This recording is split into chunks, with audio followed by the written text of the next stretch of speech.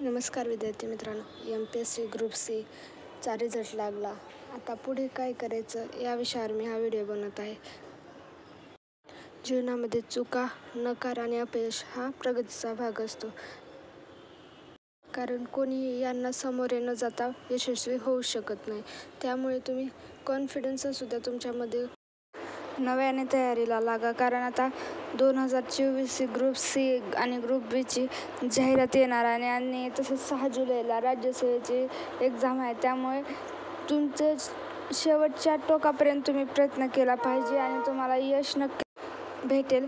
केलं आणि होत आहे रे आधी केलेचे पाहिजे असं तुम्हाला माहीत असेल. त्यामुळे तुम्ही प्रयत्न करत राहा आणि अभ्यासामध्ये वाढ करा, रिव्हिजन करा, जास्तीत जास्त क्वेश्चन पेपर सोडवा.